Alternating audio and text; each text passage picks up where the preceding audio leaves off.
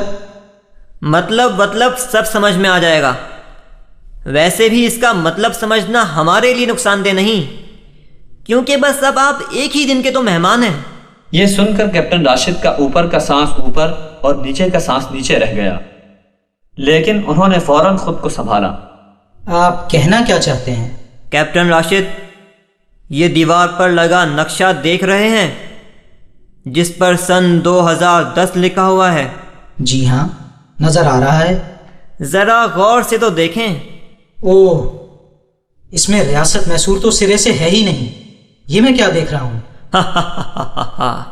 Captain Rashid, ہم نے ریاست میسور کو بہت برداشت کر لیا، اب وقت آ گیا ہے کہ دنیا کے نقشے سے اس کا نام سرے سے ہی مٹا دیا جائے۔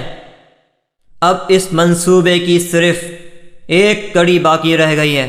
یہ نہیں ہو سکتا، یہ کبھی نہیں ہو سکتا۔ کیپٹن راشد، جذبات میں آنے کی ضرورت نہیں ہے، پہلے ہمارا منصوبہ تو سن لیں، کہیں آپ بے خبری میں ہی نہ مارے جائیں۔ تو بتائیں، کیا منصوبہ ہے آپ کا؟ کیپٹن راشد، آپ کو تو معلوم ہی ہے، ریاست میسور کا ٹاور بم سے اڑا دیا گیا، بے شمار لوگ اس میں مارے گئے، اور یہ خبر پوری دنیا میں پھیل چکی ہے۔ ریاست میسور کے صدر کا شک اٹلی پر ہے کہ یہ کام اٹلی نے ہی کروایا ہے، اس لیے آپ کو یہاں بھجوایا گیا۔ اس کی اطلاع ہمیں ہو گئی، پھر جیسے ہی آپ اٹلی پہنچے ہم آپ کے استقبال کے لیے وہاں موجود تھے۔ میرے آنے کی اطلاع تم لوگوں کو کیسے ہو گئی؟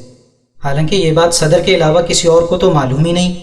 کیپٹن راشد، آپ کے آنے کی اطلاع تو ایک معمولی سی بات ہے، ہمیں تو ایوان صدر میں جو کچھ ہوتا ہے ان تمام باتوں کی خبریں ملتی رہتی ہیں، بلکہ صرف ریاست میسور ہی نہیں، دنیا میں جتنے بھی اسلامی ممالک ہیں ان تمام ملکوں کے ایوان صدر میں ہمارے ایجنٹ، جن کو تم غدار کہتے ہو، موجود ہیں۔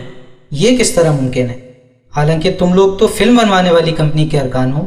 بہت سادہ ہیں آپ کیپٹن راشد، یہی فلمیں بنا کر ہی تو پہلے ہم مسلمانوں کے دل و دماغ سے اسلام کی محبت نکال دیتے ہیں، پھر تھوڑے سے پیسے کی لالچ میں